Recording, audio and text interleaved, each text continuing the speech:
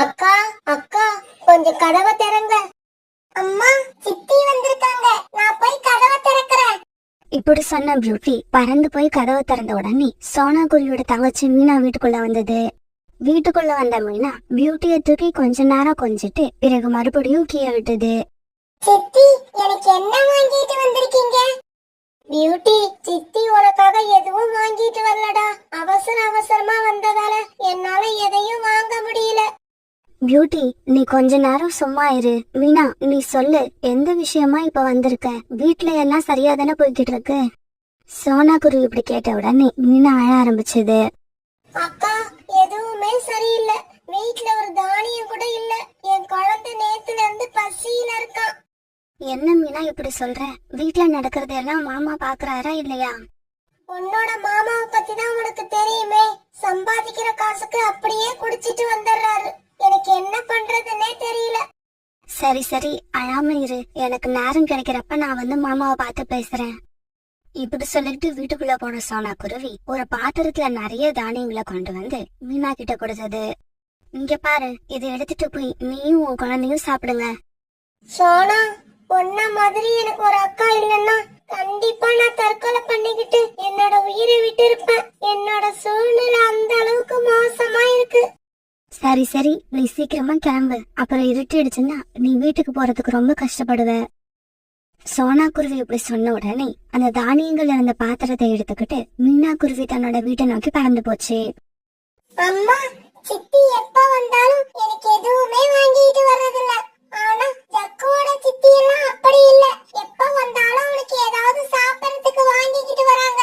அது மட்டும் இல்லம்மா, திரும்ப போறப்ப அவனுக்கு பணமும் கொடுத்துட்டு போறாங்க. இங்க பாரு பியூட்டி, எல்லாருடைய வாழ்க்கையும் ஒரே மாதிரி இருக்கிறது இல்ல. மீனாவோட வீட்டுக்காரர் சம்பாதிக்கிற காசையெல்லாம் குடிச்சே அழிச்சிடுறாரு. பாவம், அவ என்ன பண்ணுவா? அவனும் அவன் குழந்தையும் 3 வேளை சாப்பாட்டுக்கே போராடிக்கிட்டு இருக்காங்க. இங்க பாரு மீனா, நான் குடிக்கிறத விட்டு 1 மாசம் ஆயிடுச்சு. இன்னும் எதுக்காக நீ உங்க அக்கா வீட்டுக்கு போய் இப்படி தானியங்களை வாங்கிக்கிட்டு வர?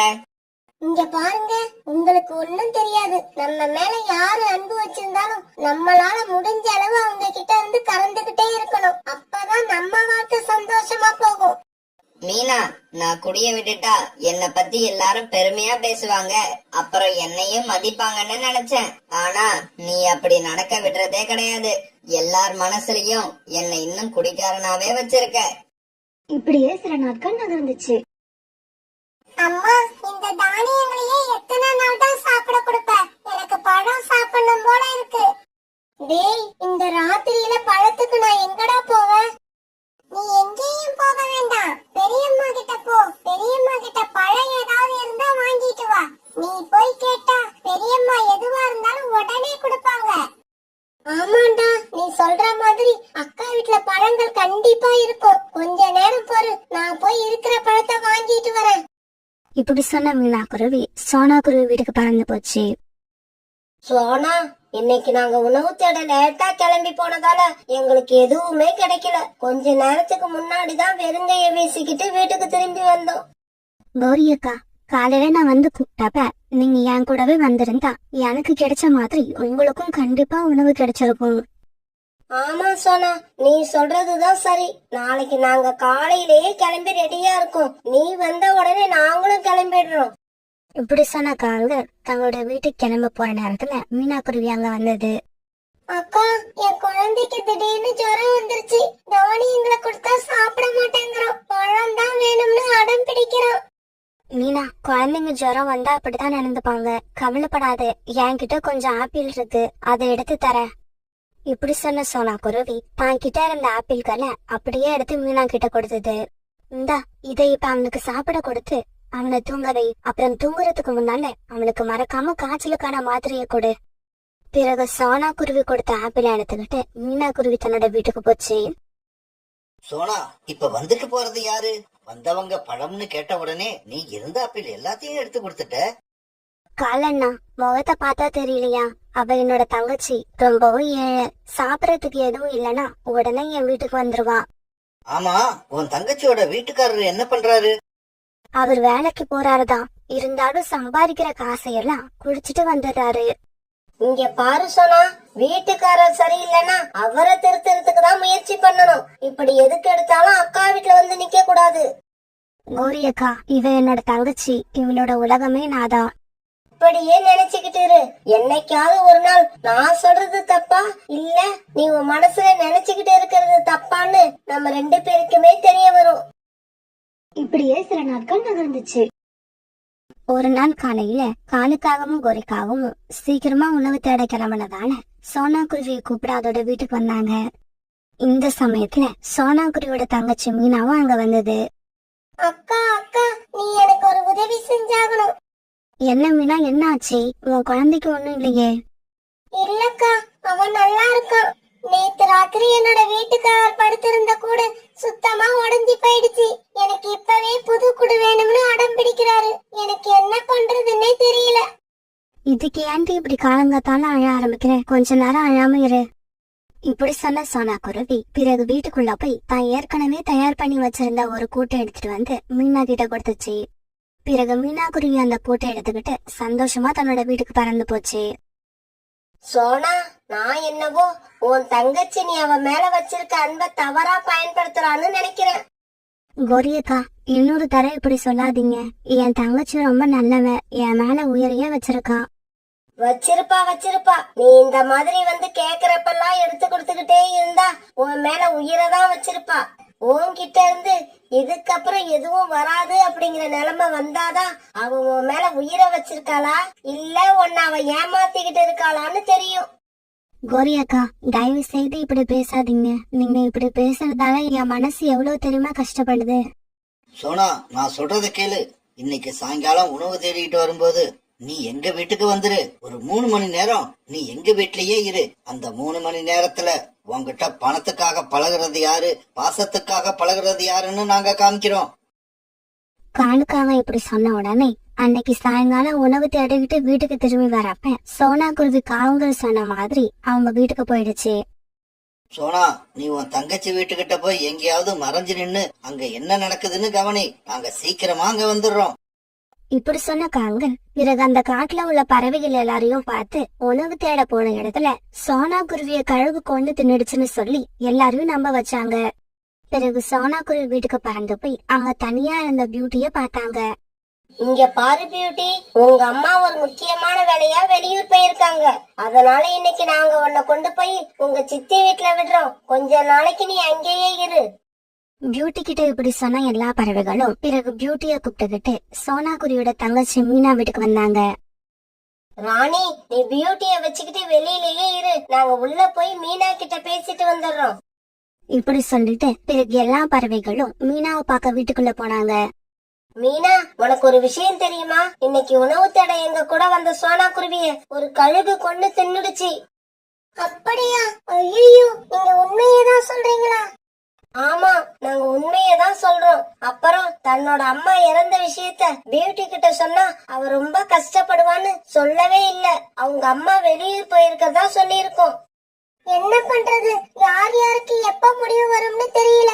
எங்க அக்கா இவ்வளவு சீக்கிரம் போய் சேரும்னு நான் நினைக்கவே இல்ல. இங்க பாரு மீனா, இதுக்கப்புறம் பியூட்டிய வளர்க்க வேண்டியது உன்னோட பொறுப்பு. உங்க அக்காவோட பொண்ண நீ உன் பொண்ணா நினைச்சு அன்பா வளர்க்கணும். என்னது? பியூட்டிய நான் வளர்க்கணுமா? ஆமா, நீதான் வளர்க்கணும். உன்னோட சொந்த அக்கா பொண்ண நீயே வளர்க்கலன்னா வேற யாரு வளர்ப்பா? ஆமா மீனா, நீ அவளை உன் வீட்டுல வச்சு பண்ணு நம்பிதான் நாங்க அவளை இங்க அழைச்சுக்கிட்டு வந்திருக்கோம். பியூட்டி இப்ப என் மனைவி கூட வாசல்ல தான் நின்னுகிட்டு இருக்கா. இங்க பாருங்க, ஏற்கனவே ஒரு குழந்தைய வளர்க்கறதுக்கு நான் ரொம்ப கஷ்டப்பட்டுகிட்டு இருக்கேன். இதுல பியூட்டிய என்னால எப்படி வளர்க்க முடியும்? மீனா, இப்படி சொன்னா எப்படி? இறந்து போனது உன்னோட அக்கா. நாங்க அழைச்சுக்கிட்டு வந்திருக்கிறது உன்னோட அக்கா பொண்ணு. உங்க அக்கா உயிரோட இருக்கிறப்ப நீ சோனாவை பார்க்க தினமும் அவங்க வீட்டுக்கு போக மாட்ட? ஆமா, எங்க அக்காவை பார்க்க அவங்க வீட்டுக்கு நான் போனேன்தான். அப்ப எங்க அக்கா உயிரோட இருந்தாங்க. போய் பார்த்தேன். அக்காவோட உயிரே போனதுக்கு அப்புறம் அக்காங்கிற சொந்தம் மட்டும் எங்க இருந்து வரும்? இங்க பாருங்க, தயவு செஞ்சு சொல்றேன், பியூட்டி எங்க விட்டுட்டு போகாதீங்க.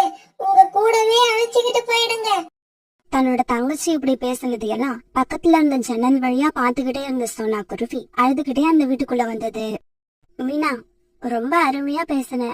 இதுவரைக்கும் இந்த காட்டுல நான் தான் எல்லாருக்கும் எப்படி நடந்துக்கிறதுன்னு சொல்லி கொடுப்பேன். ஆனா இன்னைக்குதான் முதல் முறையா நீ எனக்கு பாடம் கத்து கொடுத்திருக்க. இப்ப நான் ஆண்டவன் கிட்ட வேண்டிக்கிறதுலாம் என்ன தெரியுமா? என்னோட உயிர் போறதுக்குள்ள உன்னோட முகத்தை நான் மறுபடியும் ஒரு தடவை பார்க்கவே கூடாது. இப்படி சொன்ன சோனா பிறகுதான் பொண்ணு பியூட்டியை கூப்பிட்டுக்கிட்டு எல்லா பறவைகளோடையும் தன்னோட வீட்டை நோக்கி பறந்து போச்சு. கோடைக்காலத்துல அந்த காட்டுல திடீர்னு மழை பெய்ய ஆரம்பிச்சது. இப்படி மழை பெஞ்சதால அந்த காட்டுல உள்ள பறவைகள் எல்லாம் சந்தோஷமானாங்க. அந்த காட்டுல கோடை காலத்தால வறண்டு போயிருந்த நதி இப்ப திடீர்னு பெஞ்ச மழையால தண்ணி கரை புரண்டு ஓட ஆரம்பிச்சது. நான் மறுபடியும் தண்ணீரால நிரம்பிட்டேன். இதுக்கப்புறம் எவ்வளவு வெயில் அடிச்சாலும் நான் இந்த காட்டுல உள்ள பறவைகளோட தாகத்தை போக்குறதுக்கு தண்ணீரை கொடுத்துக்கிட்டே இருப்பேன். நதி சொன்னதை கேட்டுட்டு பக்கத்துல இருந்த ஒரு ரோஜா போய் இப்படி பேச ஆரம்பிச்சது. நான் கூட இப்ப சந்தோஷமா இருக்கேன். ஏன்னா இந்த காடு பூரா என்னோட நறுமணத்தை வீசி இங்க வர்ற எல்லாரையும் சந்தோஷப்படுத்துவேன். எனக்கு நல்லவங்க கெட்டவங்க அப்படிங்கிற பாகுபாடே கிடையாது. என்னோட பாசத்தை எல்லாருக்கும் சரிசமமா கொடுப்பேன். இவங்க 2 பேர் பேச்சையும் கேட்டுட்டு இருந்த பக்கத்துல இருந்த மரம் இப்படி பேச ஆரம்பிச்சது. இன்னும் கொஞ்ச நாள் இப்படி வெயில் அடிச்சுக்கிட்டே இருந்திருந்தா நான் இறந்தே போயிருப்பேன். நல்ல வேலை என்னை சாக விடாம மழை பெஞ்சு எனக்கு உயிர் உண்டாக்கிடுச்சு. இதுக்கப்புறம் எனக்கு எந்த கவலையும் இல்ல. என்னை தேடி வர எல்லாருக்கும் குளிமையான நிழலை கொடுப்பேன். பசியோட வர்றவங்களுக்கு சாப்பிட பழங்களை கொடுப்பேன். அந்த காட்டுல உள்ள எல்லாருமே இப்படி மழை பெய்ஞ்சதால ரொம்ப சந்தோஷமா இருந்தாங்க. இந்த சமயத்துல கொக்கு தன்னோட வீட்டுல அம்மா மேல படுத்துக்கிட்டு சோனா குருவிய கேள்வி மேல கேள்வியா கேட்டுக்கிட்டு இருந்தான். அம்மா, இந்த மழை எப்படிமா பெய்யுது? கொக்கு, கடல்ல உள்ள நீர் வெயிலால ஆவியா மாறி மேல போய் மேகமா மாறுது. நீரோட எடை அதிகமா உள்ள மேகங்கள் மேல குளிர்ந்த காற்றப்பட்ட உடனே மழையா மாறி மேகத்துல உள்ள நீர் மறுபடியும் பூமிக்கு வந்துருது. அம்மா, இந்த கடல் நீர் ஏன் எப்பவும் வத்தி போகவே மாட்டேங்குது? வானத்துல இருந்து மழையா பெய்யற நீர் எல்லாம் மறுபடியும் கடல்லையே போய் கலக்கிறதால கடல் நீர் எப்பவுமே வத்தி போகாது. காலுக்காகத்தானே எப்பவுமே பசியை பொறுத்துக்க முடியாது. அதனால மழை பெஞ்சிட்டு இருந்தாலும் அதை பத்தி கவலைப்படாத காலுக்காக உணவு தேடுறதுக்காக வெளியில பறந்து போச்சு. காகமே, உனக்கு ரொம்ப பசிக்குதா? சாதாரண பசி இல்ல, கொலை பசி பசிக்குது. இன்னும் கொஞ்ச நாள் போகட்டும். நான் உன்ன மாதிரி பசியில உள்ள பறவைகளுக்கு இனிப்பான பழங்களை கொடுப்பேன். ஏய் மரமே, நான் இப்ப எதையாவது சாப்பிட்டாதான் நீ பழங்களை கொடுக்கற வரைக்கும் உயிரோட இருக்க முடியும். அது தெரியுமா உனக்கு? கோவப்படாத காகமே, என்னோட மேற்பகுதியில சில நெல்மணிகள் விளைஞ்சிருக்கு. இப்ப உனக்குள்ள பசிக்கு அது போதும்னு நினைக்கிறேன். பிறகு அந்த மரத்தோட வேறு பகுதியில இருந்த நெல்மணிகளை காலுக்காக சாப்பிட ஆரம்பிச்சது. காலுக்காக அந்த நெல்மணிகளை சாப்பிட்டு முடிச்சதும் பக்கத்துல இருந்த ஆறு இப்படி பேச ஆரம்பிச்சது. காகமே, காகமே, என் பக்கத்துல வா, உன்கிட்ட ஒரு விஷயம் சொல்லணும். ஆறு இப்படி கூப்பிட்ட உடனே காலுக்காக அந்த ஆத்துக்கு பக்கத்துல போச்சு. நதியே, என்கிட்ட என்ன விஷயம் சொல்ல போற? சீக்கிரமா சொல்லு. என்னோட பசி அடங்கிடுச்சு. நான் சீக்கிரமா வீட்டுக்கு போய் தூங்கி ஆகணும். இங்க பாருங்க, எவ்வளவு தண்ணீரை என்னால நிரப்பிக்க முடியுமோ நான் அவ்வளவு தண்ணீரை நிரப்பிக்கிட்டேன். இதுக்கு மேல என்னோட உடம்புல தண்ணீரை நிரப்பி வைக்க இடம் இல்ல. இதுக்கு அப்புறமும் மழை நிக்காம இப்படி பேஞ்சுக்கிட்டே இருந்தா என்னை என்னாலேயே கட்டுப்படுத்த முடியாது. அப்புறம் நான் வெள்ளமா மாறி இந்த காட்டையே அழிச்சிடுவேன். நதி இப்படி சொன்னதும் அதை கேட்ட காலுக்காக பயந்து போயிடுச்சு. இங்க பாரு நதியே, ரொம்ப நாள் வெயில்ல காஞ்சதுக்கு அப்புறம் இப்பதான் நாங்க கொஞ்சம் சந்தோஷமா இருக்கோம். இப்ப இந்த காட்டுல வெள்ளம் வந்துச்சுன்னா எங்களோட சந்தோஷம் சோகமா மாறிடும். அப்படி நடக்காம இருக்கணும்னா நீ ஒரு காரியம் செஞ்சாகணும். இந்த கடிதத்தை எடுத்துக்கிட்டு போய் மேகத்தோட தலைவன்கிட்ட கொடு. நதியே, இந்த கடிதத்தை நான் கொண்டு போய் மேகத்துக்கிட்ட கொடுக்க தயாரா இருக்கேன். இருந்தாலும் அந்த மேகம் எங்க இருக்குன்னு எனக்கு தெரியாதே. இங்க பாரு, சோனா குருவி அழைச்சிக்கிட்டு கடல் பக்கமா போ. அங்கதான் அந்த மேகம் இருக்கும். அந்த மேகத்தை பத்தி எல்லா விவரமும் சோனா குருவிக்கு தெரியும். நான் இப்பவே கிளம்புறேன். ஆனா நாங்க போய் இந்த கடிதத்தை மேகத்துக்கிட்ட கொடுக்கற வரைக்கும் நீ வெள்ளமா மாறிடாத. இங்க பாரு காகமே, என் கையில எதுவுமே இல்ல. உங்களால எவ்வளவு சீக்கிரம் போக முடியுமோ அவ்வளவு சீக்கிரம் போங்க. உடனே காலுக்காக அந்த கடிதத்தை எடுத்துக்கிட்டு சோனா குருவி வீட்டுக்கு பறந்து போச்சு. சோனா, நான் நதி பக்கம் போய் இருந்தேன். நதி பூரா தண்ணீரால நிரம்பி கரபுரண்டு ஓடுது. இப்படி ஆரம்பிச்ச காலுக்காகவும் பிறகு அங்க நடந்த கதை எல்லாத்தையும் சோனா குருவிக்கிட்ட சொல்லுச்சு. ஆனந்தா, என்ன இப்படி சொல்றீங்க? இது ரொம்பவும் ஆபத்தான விஷயம். நம்ம சீக்கிரமா இந்த கடிதத்தை எடுத்துக்கிட்டு மேகத்துக்கிட்ட போய் ஆகணும். குக்கு, நீ இந்த கூட்டுல படுத்து தூங்கு. நானும் பாலனாவும் இந்த கடிதத்தை எடுத்துக்கிட்டு மேகத்தை பார்க்க போறோம். போன வேலையை நல்லபடியா முடிச்சுட்டு நாம 2 பேரும் சீக்கிரமா வீட்டுக்கு திரும்பி வந்துடுவோம்.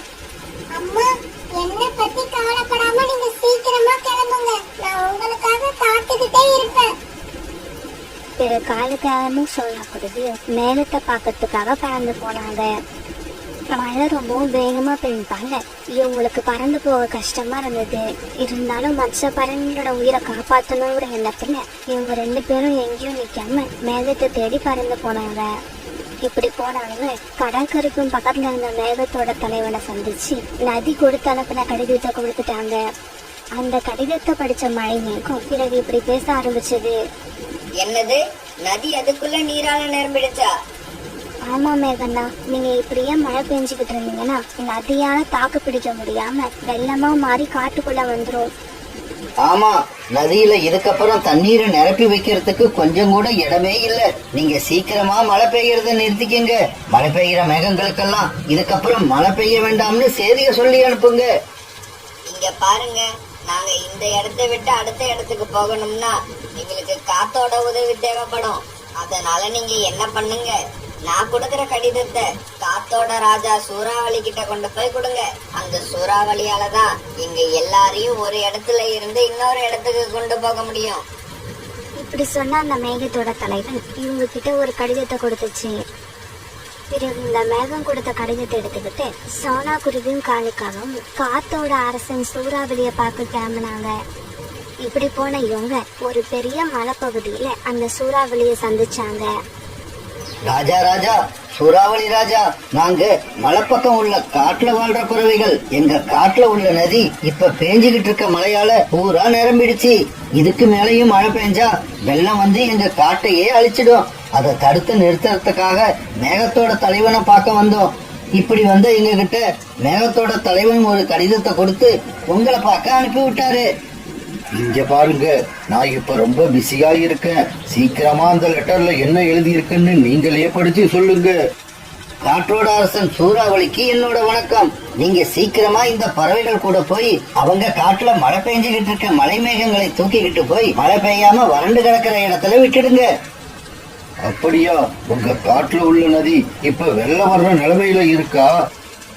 ஏற்கனவே பெஞ்ச மழையால நதி புறா நிரம்பி வழியுது. இன்னும் கொஞ்ச நேரம் இப்படியே பெஞ்சா கண்டிப்பா எங்க காடே வெள்ளத்தான அழிஞ்சு போயிடும்.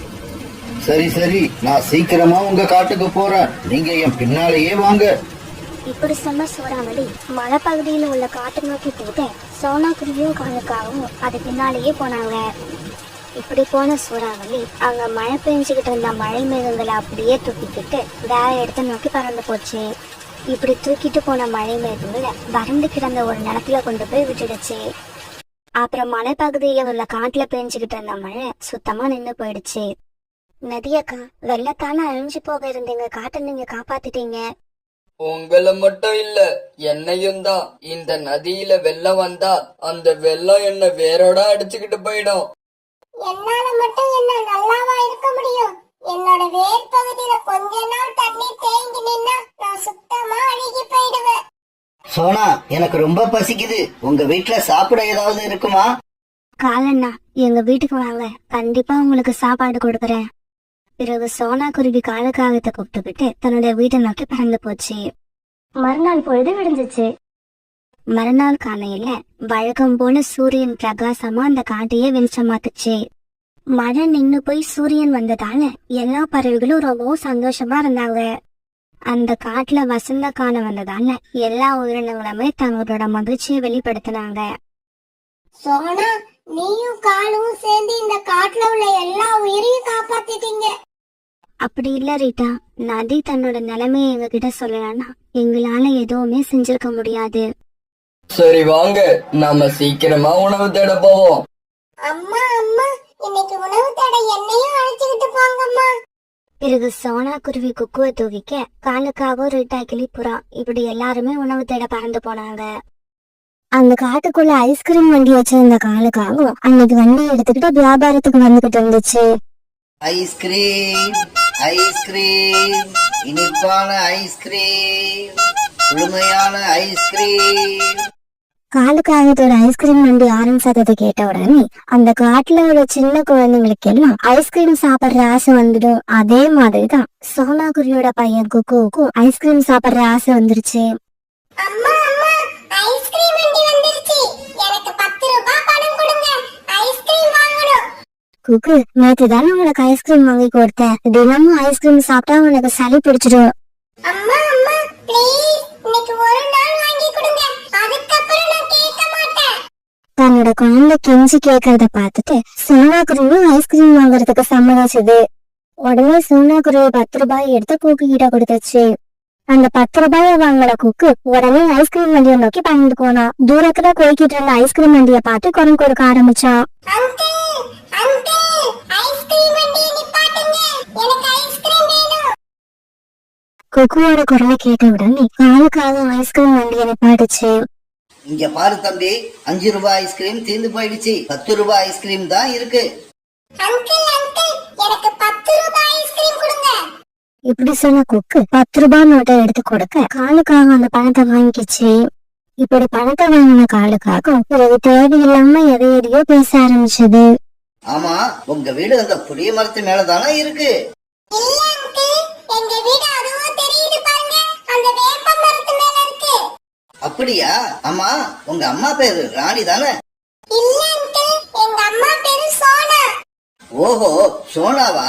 ஆமா, உங்க அப்பா பக்கத்து காட்டுல உள்ள ஃபேக்டரியில தானே வேலை பாக்குறாரு. அப்புறம் நான் நிறைய தடவை பக்கத்து காட்டுல பாத்திருக்கேன். அங்கிள், எங்க அப்பா பக்கத்து காட்டுல தான் வேலை பாக்குறாரு. ஆனா ஃபேக்டரி இல்ல, மார்க்கெட்ல உள்ள கடையில வேலை பாக்குறாங்க. அப்படியா? எனக்கு என்னவோ உங்க அப்பாவை ஃபேக்டரியில பார்த்த ஞாபகம் இருக்கு. சரி சரி, அதை விடு. நீ 10 ரூபாய் பணத்தை எடு, நான் உனக்கு ஐஸ்கிரீம் தரேன். அங்கிள், நான் உங்ககிட்ட ஏற்கனவே 10 ரூபாய் பணத்தை கொடுத்துட்டேன். டேய், நீ ஏற்கனவே கொடுத்திருந்தா நான் எதுக்காக உன்னை மறுபடியும் கேட்க போறேன்? நீ என்கிட்ட பணத்தை கொடுக்கவே இல்ல. வந்ததுல இருந்து பேசிக்கிட்டு தான் இருக்க. அங்கிள், நான் பேசல. நீங்க தான் என்கிட்ட இருந்து பணத்தை வாங்கிக்கிட்டு ஐஸ்கிரீமை கொடுக்காம என்ன கேள்வி மேல கேள்வி கேட்டுக்கிட்டு இருக்கீங்க. பேசுனது போதும். சீக்கிரம் எனக்கு ஐஸ்கிரீம் கொடுங்க. ஆமா, எத்தனை பேர் கிளம்பி இருக்கீங்க? இப்படி பணத்தை கொடுக்காம பணத்தை கொடுத்துட்டேன்னு பொய் வேற சொல்ற. இந்த வேலையெல்லாம் வேற யார்ட்டையாவது வச்சுக்க. என்ன யாரும் ஏமாத்த முடியாது. இப்படி சொன்ன காலுக்காக அங்கிருந்து ஐஸ் வண்டியை தள்ளிக்கிட்டு வேற இடத்துக்கு போக ஆரம்பிச்சது. காலுக்காக ஐஸ்கிரீம் கொடுக்காம அங்கிருந்து ஐஸ்கிரீம் வண்டியை தள்ளிக்கிட்டு போறத பார்த்த குக்கு அழ ஆரம்பிச்சான்.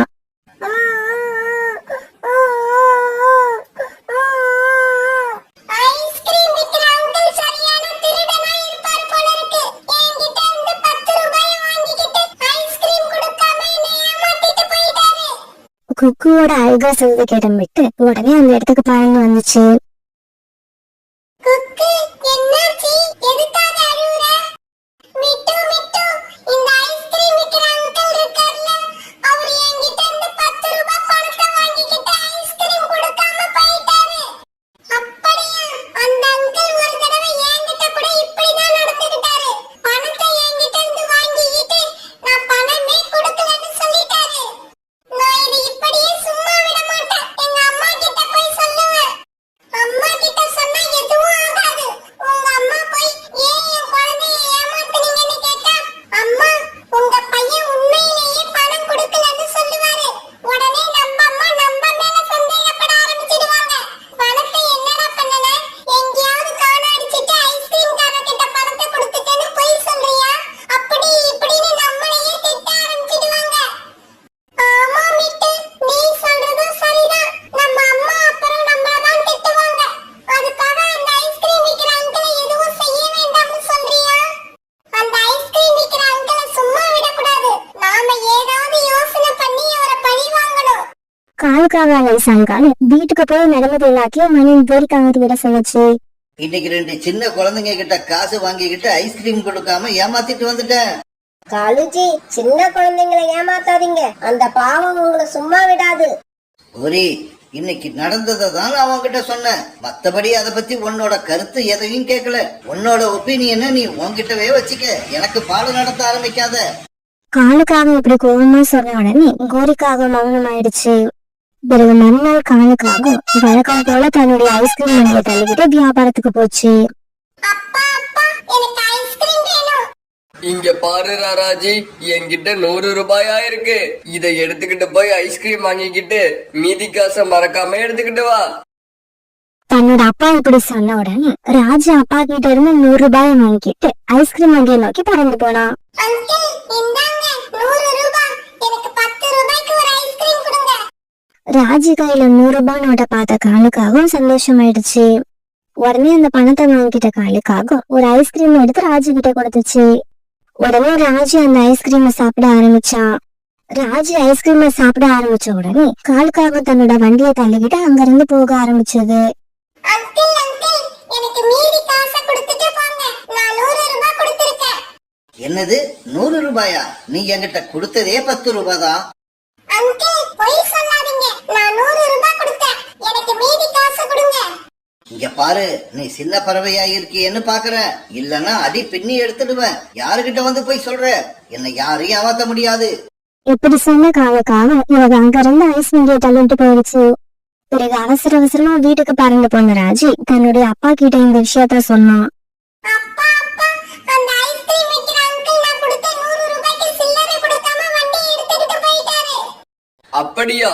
இதோ நான் இப்பவே போய் அந்த காகத்தை பாக்குறேன். இங்க பாரு புறா, உன் பையன் என்கிட்ட கொண்டு வந்து கொடுத்தது 10 ரூபாய் தான். அப்புறம் எப்படி அவனுக்கு நான் பாக்கி கொடுக்க முடியும்? இல்ல, அவன்கிட்ட நான் தான் 100 ரூபாய் நோட்டை கொடுத்து விட்டேன். அப்புறம் எப்படி அவன் 10 ரூபாய உனக்கு கொடுக்க முடியும்? இந்த கேள்விய நீ என்ன கேட்காத, உன் பையனை போய் கேளு. அவன் என்கிட்ட கொடுத்தது 10 ரூபாய் தான். இப்படி சொன்ன காலுக்காகவும் பிறகு ஐஸ்கிரீம் வண்டியை தள்ளிக்கிட்டு வேக வேகமா அங்கிருந்து போயிடுச்சு. மறுநாள் அந்த காட்டுல உள்ள சின்ன குழந்தைகள் எல்லாம் நதிக்கரையில ஒன்னா கூடனாங்க. அந்த அங்கிளை சும்மா விடக்கூடாது. அவர் என்ன மட்டும் ஏமாத்தல, நம்ம எல்லாரையும் ஏமாத்தி இருக்காரு. ஆமா, என்னையாவது 10 ரூபீஸ் தான் ஏமாத்தினாரு. ராஜிய 90 ரூபீஸ் ஏமாத்திட்டாரு. இங்க பாருங்க, அந்த ஐஸ்கிரீம் அங்கிள் ஏமாத்துறதுக்கு என்கிட்ட ஒரு ஐடியா இருக்கு. இந்த சமயத்துல காலுக்காகத்தோட ஐஸ்கிரீம் வண்டி ஆரம்பிச்சதும் கேட்டுச்சு. ஐஸ்கிரீம் வண்டி வந்துருச்சு. குக்கு, சீக்கிரமா உன்னோட ஐடியாவை சொல்லு. உடனே குக்கு நண்பர்கள் எல்லார்கிட்டயும் தன்னுடைய ஐடியாவை சொல்லுச்சு. சரி, அப்படின்னா நான் போய் காலங்களை ஏமாத்தி அழைச்சிக்கிட்டு போறேன். நீங்க ஐஸ்கிரீம் வண்டியை தள்ளிக்கிட்டு போயிடுங்க.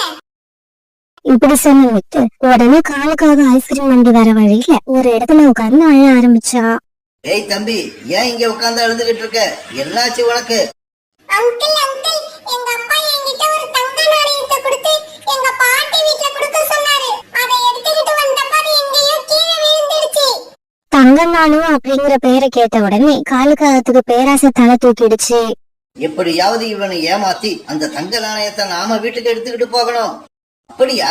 எந்த இடத்துல விழுந்துச்சுன்னு உன்னால கரெக்டா சொல்ல முடியுமா?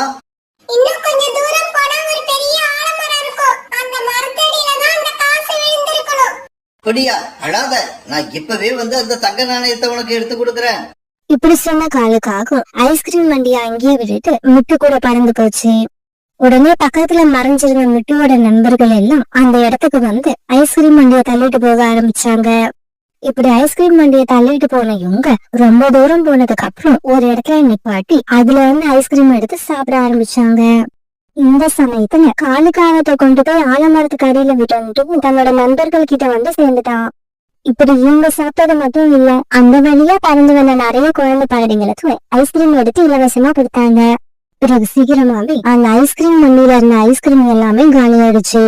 காலுக்காக அந்த ஆலமரத்து அடியில ரொம்ப நேரமா தேடி பார்த்துச்சு. ஆனா தங்க நாணயம் கிடைக்கவே இல்ல. தம்பி, நீ அந்த தங்க நாணயத்தை இங்கதான் போட்டியா? நல்லா ஞாபகம் இருக்கா? தான் கேள்வி கேட்டதுக்கு பதிலே வராததால காலுக்காகவும் திரும்பி பார்த்துச்சு.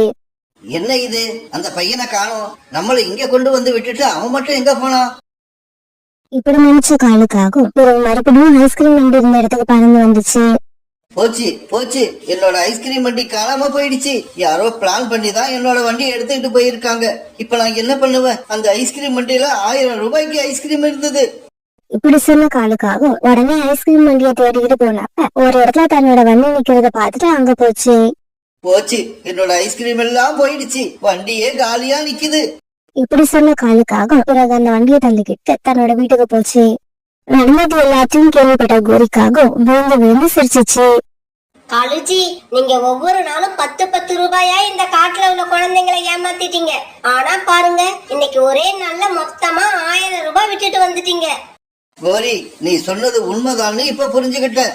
இனிமே நான் யாரையும் ஏமாத்த மாட்டேன். நியாயமா வியாபாரம் பண்ணுவேன். அதுல எனக்கு குறைச்சலான லாபம் கிடைச்சாலும் அதை வச்சு சந்தோஷமா இருப்பேன். இப்படி சொன்ன காலுக்காகும் அதுக்கப்புறம் அந்த காட்டுல நியாயமான முறையில ஐஸ்கிரீம் வியாபாரம் பண்ண ஆரம்பிச்சது. ஒரு பெரிய காட்டுல ஒரு அழகான நதி ஓடிக்கிட்டு இருந்துச்சு. அந்த நதியை நம்பி பல ஜீவன்கள் வாழ்ந்து வந்தாங்க. அப்படி வாழ்ந்து வந்தவங்கள ஒரு பெரிய ஆப்பிள் மரமும் ஒண்ணு. அது அந்த நதிக்கரையில இருந்ததால ரொம்ப செழிப்பா இருந்தது. எப்பவும் பாக்குறதுக்கு பசுமையா இருக்கும். அந்த பக்கமா போற வர பறவைங்க எல்லாம் அந்த மரத்துல உட்காராம போகவே போகாதுங்க. அந்த அளவுக்கு அந்த மரம் எல்லாரையும் கவர்ந்து இழுக்கிற மாதிரி இருந்தது. அதை நினைச்சு அந்த மரத்துக்கு ரொம்ப பெருமையா இருக்கும். நாளாக நாளாக இந்த பெருமை அந்த மரத்துக்கு கர்வமா மாறிடுச்சு. இன்னொரு மரம் இந்த நதியில இருந்து கொஞ்சம் தள்ளி இருந்தது. அதுவும் இல்லாம அது மேடான பகுதி வேற. அதனால தண்ணீரே இல்லாம அந்த மரம் காஞ்சு போய் இருந்தது. பொதுவா எல்லா மரங்களிலும் தென்படக்கூடிய இலை, காய், பழம் இப்படி எதுவுமே அந்த மரத்துல இல்ல. தான் இப்படி இருக்கிறத நினைச்சு அந்த மரத்துக்கு ரொம்ப கவலையா இருக்கும். அது மட்டும் இல்லாம எந்த பறவைங்களும் அந்த மரத்தை ஒரு மரமாவே மதிக்காதுங்க. ஆத்தோரத்துல இருக்கிற செழிப்பான மரம் இந்த காஞ்சு போன மரத்தை அடிக்கடி கிண்டல் பண்ணி வம்பு இழுத்துக்கிட்டே இருக்கும். ஏய் காய்ந்த மரமே, இந்த பக்கம் வர்ற பறவைகள் எல்லாம் என்னோட கிளைகள்ல வந்து உட்கார்றாங்க. களைப்பு போக ஓய்வு எடுக்கிறாங்க. உன்னை யாரும் திரும்பி கூட பாக்கறதே இல்ல. இது நினைச்சு உனக்கு கவலை இல்லையா? கவலையாதான் இருக்கு. அதுக்காக என்ன பண்ண முடியும்? நீ நதியோரத்துல இருக்க. அதனால உன்னோட வேருக்கு நிறைய நீர் கிடைக்குது. அதனால நீ பசுமையா பார்க்க அழகா இருக்க. எனக்கும் நீர் கிடைச்சா நானும் உன்ன மாதிரியே பார்க்க பசுமையா மாறிடுவேன். அப்புறம் பறவைகள் எல்லாம் என்னையும் தேடி வருவாங்க.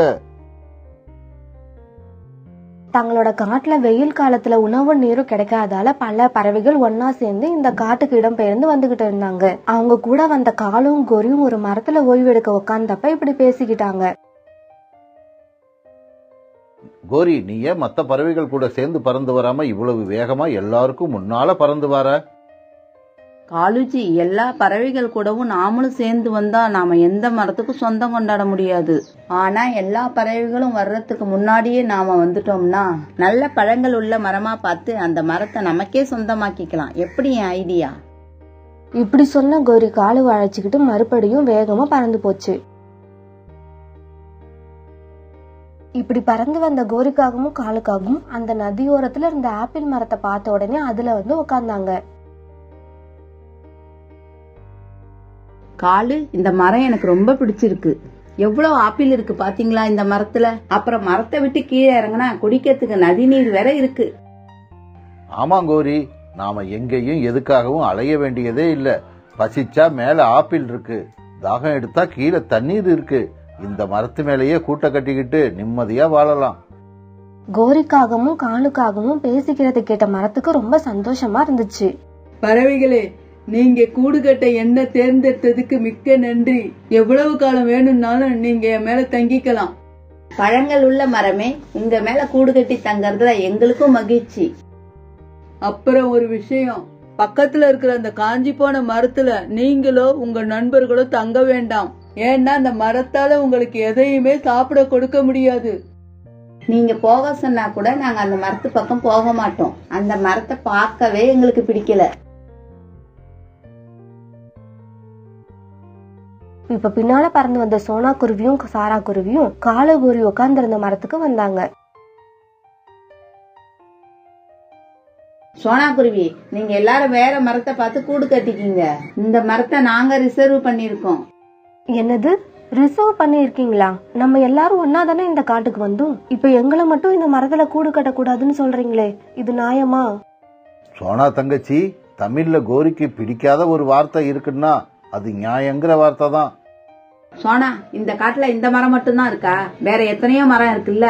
அப்படிப்பட்ட மரங்களை போய் தேடி கண்டுபிடிங்க. கோரி இப்படி கண்டிப்பா சொன்ன உடனே சோனா குருவியும் சாரா குருவியும் தங்களோட குழந்தைங்களை அழைச்சுக்கிட்டு கிளம்பி வேற மரத்தை தேட போனாங்க. இவங்க இப்படி பறந்து போறத பார்த்த அந்த காஞ்ச மரம் அவங்க கிட்ட பேச ஆரம்பிச்சுது. பறவைகளே, என்கிட்ட வாங்க. நான் உங்ககிட்ட கொஞ்சம் பேச ஆசைப்படுறேன். தயவு செஞ்சு என்கிட்ட வாங்க. அந்த மரம் இப்படி கூப்பிட்ட உடனே சோனாவும் சாராவும் அந்த மரத்துக்கிட்ட போனாங்க. பறவைகளே, நீங்க தயவு செஞ்சு என்ன உங்களோட இருப்பிடமா ஆக்கிக்குங்க. என் மேல கூடு கட்டி சந்தோஷமா இருங்க. என்னோட வேருக்கு தண்ணீர் கிடைக்கல. எனக்கு நீங்க தினமும் தண்ணீர் கொடுத்தீங்கன்னா நான் உங்களுக்கு இனிப்பான பழங்களையும் கொடுப்பேன். அந்த காஞ்ச மரம் இப்படி கெஞ்சி கேட்ட உடனே சோனாவுக்கும் சாராவுக்கும் அது மேல இறக்க வந்தது. சாரா, அந்த மரம் பேசுறத பாக்கும்போது ரொம்ப நல்ல மரமா தோணுது. நம்ம இந்த மரத்திலே தங்கிப்போமா? ஆமா சோனா, எனக்கும் அப்படிதான் படுது. இந்த மரத்து மேலேயே தங்குவோம். இத கேட்ட அந்த மரத்துக்கு ரொம்ப சந்தோஷமாயிடுச்சு. ஆனா இவங்க இந்த காஞ்சு போன மரத்துல தங்க போறது அந்த பழங்கள் நிறைந்த மரத்துக்கு பிடிக்கல. பறவைகளே, அந்த மரத்துல நீங்க தங்குனா உங்களுக்கு எந்த மகிழ்ச்சியும் இருக்காது. ஒரு இலை கூட இல்லாத அந்த மரத்தால உங்களுக்கு என்ன நன்மையை செய்ய முடியும்? பழங்களை உடைய மரமே, இந்த மரத்துல நீங்க சொன்ன மாதிரி இலை பழம் இது எல்லாம் எதுவும் இல்லதான். ஆனா இந்த மரத்துக்கிட்ட அன்பு நிறைய இருக்கு. அந்த அன்புக்கு மதிப்பு கொடுத்து நாங்க இது மேலதான் தங்க போறோம். இப்ப 4 பேரும் கூடு கட்ட தேவையான பொருட்களை கொண்டு வந்து அழகான கூடுகளை தயார் செஞ்சாங்க. அப்படியே நதியில இருந்து தண்ணீர் கொண்டு வந்து மரத்துலயும் ஊத்துனாங்க. இப்படியே கொஞ்ச நாள் மரத்துக்கு தண்ணீர் ஊத்தியும் எந்த முன்னேற்றமும் இல்ல. ஏன்னா இவங்க கொண்டு வந்து ஊத்தின தண்ணீர் அந்த மரத்துக்கு போதுமானதா இல்ல. இதனால சோனாவும் சாராவும் ரொம்ப கவலைப்பட்டாங்க. ஒரு நாள் குழந்தைங்களை கூட்டுல விட்டுட்டு உணவு தேட போனப்ப ஏதோ ஒரு சத்தத்தை கேட்டாங்க. என்ன காப்பாத்துங்க, என்ன காப்பாத்துங்க. சாரா, யாரோ ஆபத்துல இருக்காங்க போல இருக்கு. அவங்க கத்துற சத்தம் உனக்கு கேட்டுதா? எனக்கு கேக்குது. சத்தம் இந்த திசையில இருந்து தான் வருது. வாங்க போய் பாப்போம். சத்தம் வந்த திசையில இவங்க போய் பார்த்தப்ப அங்க ஒரு கருமேகம் ஒரு புதர்ல மாட்டிக்கிட்டு இருக்கத பார்த்தாங்க. பறவைகளே, என்ன பாத்துக்கிட்டு இருக்கீங்க? என்ன இந்த புதற்காட்டுல இருந்து வெளியில இழுத்துக்கிட்டு போங்க. உடனே சோனாவும் சாராவும் அந்த கருமேகத்தை புதர்ல இருந்து வெளியில இழுத்து கொண்டு வந்தாங்க. புதர்ல இருந்து வெளியில வந்த உடனே அந்த மேகம் ரொம்ப சந்தோஷமா இவங்க கிட்ட பேச ஆரம்பிச்சது. பறவைகளே, ரொம்ப நன்றி. நீங்க மட்டும் என்ன இந்த புதற்காட்டுல இருந்து வெளியில இழுக்கலன்னா என்னோட உருவமே சிதைஞ்சு போயிருக்கும். கருமேகமே, நாங்க இதுவரைக்கும் உங்களை வானத்துல மிதந்து போய் தான் பார்த்திருக்கோம். நீங்க எப்படி தரைக்கு வந்தீங்க? பறவைகளே, நான் என் நண்பர்களோட வானத்துல பறந்து போய்கிட்டு இருந்தப்ப என்னோட எடை அதிகமானதால கீழே இறங்கிட்டேன். நல்ல வேளை நீங்க இப்ப வந்து காப்பாத்திட்டீங்க. இப்ப நான் என்னோட எடையை குறைக்கணும்னா எங்கேயாவது கொஞ்சம் மழை பெஞ்சாகணும். அப்படி நான் மழையா பெஞ்சிட்டேன்னா என்னோட எடை கொஞ்சம் குறைஞ்சிடும். அப்புறம் நான் ஈஸியா எங்க வேணாலும் பறந்து போவேன். இத கேட்ட உடனே சோனாவுக்கும் சாராவுக்கும் ரொம்ப சந்தோஷமாயிடுச்சு. கருமேகமே, எங்கேயோ பெய்ய போற மழைய நாங்க சொல்ற இடத்துல பெய்ஞ்சிங்கன்னா எங்களுக்கு எல்லாம் ரொம்ப சந்தோஷமா இருக்கும். எனக்கு உதவி செஞ்ச உங்களுக்கு நான் இதை செய்ய மாட்டேனா? கண்டிப்பா செய்வேன். நான் எங்க மழையா பெய்யணும்னு சொல்லுங்க, அப்படியே செஞ்சிடறேன்.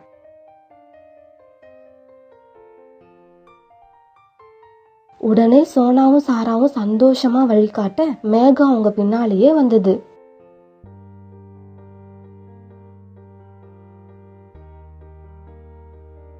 பிறகு அவங்க கூடு கட்டி இருக்க மரத்துக்கிட்ட மேகத்தை அழைச்சுக்கிட்டு போனாங்க. மேகமும் சந்தோஷமா அந்த மரத்து மேலேயே மழையை பெஞ்சுது. பிறகு வாரம் ஒரு தடவை இங்க வந்து மழை பெய்யணும்னு சோனாவும் சாராவும் கேட்க அந்த மேகமும் அதுக்கு ஒத்துக்கிட்டு வாரம் வாரம் வந்து அந்த மரத்துக்கு மழை பெஞ்சு கொடுத்தது. இப்ப அந்த காஞ்ச மரத்துல இலைகள் துளிர்க்க ஆரம்பிச்சது. இத பார்த்த அந்த மரத்துக்கு ரொம்ப சந்தோஷமா இருந்தது. பறவைகளே, இங்க பாருங்க, என் உடம்புல இப்ப இலைகள் துளிர்க்க ஆரம்பிச்சிடுச்சு.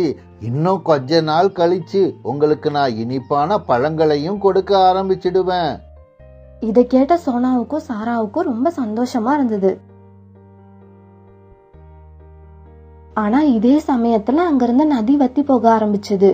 கொஞ்சம் கொஞ்சமா தண்ணீர் வற்றி போய் ஒரு நாள் சுத்தமா அந்த நதி தண்ணியே இல்லாம ஆயிடுச்சு. அத பார்த்த அந்த ஆப்பிள் மரத்துக்கு ரொம்ப வருத்தமாயிடுச்சு. காகங்களே, இந்த நதி வத்தி போனதால எனக்கு தண்ணீரே கிடைக்கல. தயவு செய்து நீங்க தண்ணி குடிக்க போறப்ப எனக்கும் கொஞ்சம் தண்ணீர் எடுத்துக்கிட்டு வாங்க. அப்பதான் நான் உங்களுக்கு பழையபடி பழங்களை கொடுக்க முடியும். தண்ணீர் எடுத்துக்கிட்டு வரணுமா? அதெல்லாம் எங்களால முடியாது. அதுவும் இல்லாம இன்னும் கொஞ்சம் பழங்கள் தான் உங்ககிட்ட இருக்கு. அந்த பழங்களும் தீர்ந்த உடனே வேற பழங்கள் உள்ள மரங்களை பார்த்து தான் நாங்க போவோம். பழங்கள் இல்லாத மரத்துல நாங்க தங்கறதே இல்ல. உங்களுக்கு தண்ணீர் கொண்டு வந்து கொடுத்துட்டு உங்ககிட்ட பழங்கள் சாப்பிடணும்னு எங்களுக்கு ஒன்னும் அவசியம் இல்ல. இத கேட்டுட்டு அந்த மரம் ரொம்ப அழுதுச்சு.